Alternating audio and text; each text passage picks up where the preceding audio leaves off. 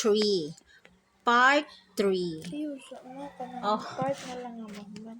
Part na lang daw ng mahuman. Sige lang, good. Ano man na? Lisod yun ko ang din. Di na ka maglisod na kapaspas ni mo ganina nag So, dapat sa nang ulitan. Mao na si Rhea. Namangko. Hayag kayo, friend. O hayag kay mo na among bintana. Bang kortina gipalos ang kortina.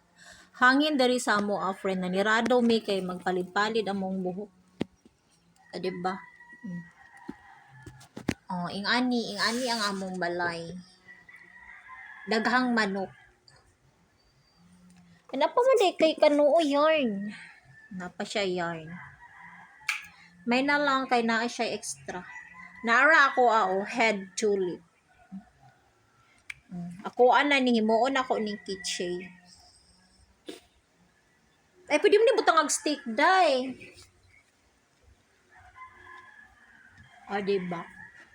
So naglisod siya unsaon pag ugsok sa bulak pero wala siya naglisod pag himo-himo. Diri siya naglisod sa pag ugsok sa tulip. Naglisod siya sa tulip pag ugsok. Garay. Kasi tawag ana na po.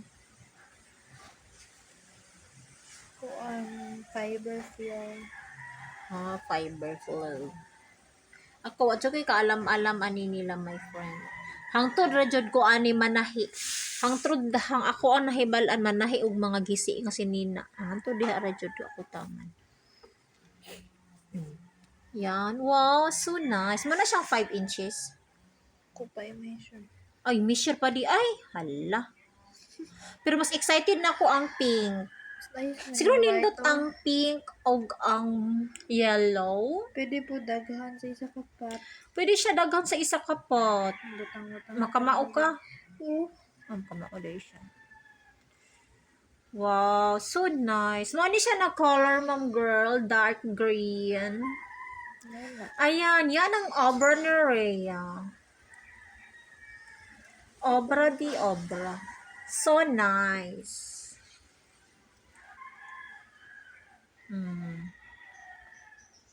Yan. Malapit na ang matapos. Dili na magtakilid-takilid. Oh, unya pa di.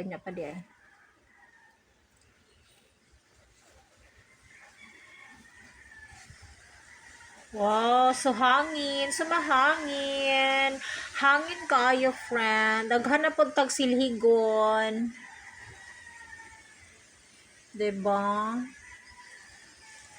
Nanilihig ko ganina buntag pag mata. Wapakon haman og silhig, daghan na pod kaayo ang dahon nga hulog. So wala na lang ako siya gitiwas og silhig. Ako na lang siya gipapahulog. Hulog sila tanan. Yan. So ingana di ay hindi pala madali.